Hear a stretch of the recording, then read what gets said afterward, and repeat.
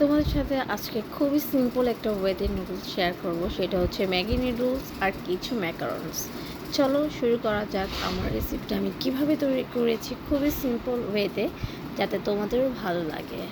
ফার্স্টে আমি একটা কড়াই নিয়ে নিয়েছি, সেখানে কিছুটা তেল দিয়েছি, যত তেল কম দেওয়া যায়। তারপর আমি যে ম্যাকারন আর হচ্ছে ম্যাগি নুডলস সিদ্ধ করে নিয়েছি, তারপর এটাকে দিব সিম্পল পেঁয়াজ, কাঁচামরিচ। আমার বাসায় যেহেতু চিকেন সালামি ছিল, তাই আমি এখানে চিকেন সালামি দিব। চিকেন সালামিগুলো কিন্তু আমি টুকরো টুকরো করে দিব। যাই হোক, আমি এখন পেঁয়াজ মরিচের সাথে এখন একটা ডিম দিয়ে দিব।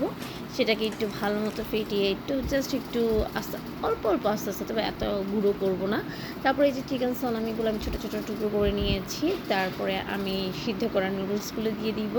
খুবই সিম্পল ওয়েতে এভাবে যদি তোমরা বাসায় করে খাও, ট্রাস্ট মি, বলবা যে না আমি খুব ভালো একটা রেসিপি তোমাদের সাথে শেয়ার করেছি। আমি জানি সবাই কম বেশি পারে, তোমরাও পারো সেম ওয়েতেই, বাট এক একজনের হাতের খাবার এক এক রকম। যাই হোক, আমার নিজে তৈরি করা ম্যায়োনিজ ছিল, তাই আমি এটার সাথে একটু ম্যায়োনিজ অ্যাড করেছি।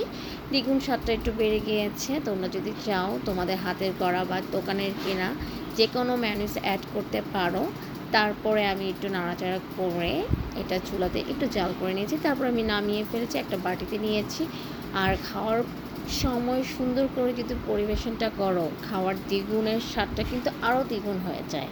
তো আমার এই ছোট্ট একটা রেসিপি তোমাদের কেমন লেগেছে অবশ্যই কমেন্ট বক্সে জানাবা। আর যদি কোনো রেসিপি তোমাদের চাও বা কোনটা প্রয়োজন, অবশ্যই আমাকে জানাবা। আমি কমেন্ট বক্সে থেকে দেখে তোমাদের জন্য নতুন কোনো রেসিপি নিয়ে আসবো। আমার তো খেতে খুবই মজা লেগেছে, তোমরাও বাসায় ট্রাই করে দেখো, তোমাদেরও খুব ভালো লাগবে। তো আজকের ভিডিওটা এখানেই শেষ করছি।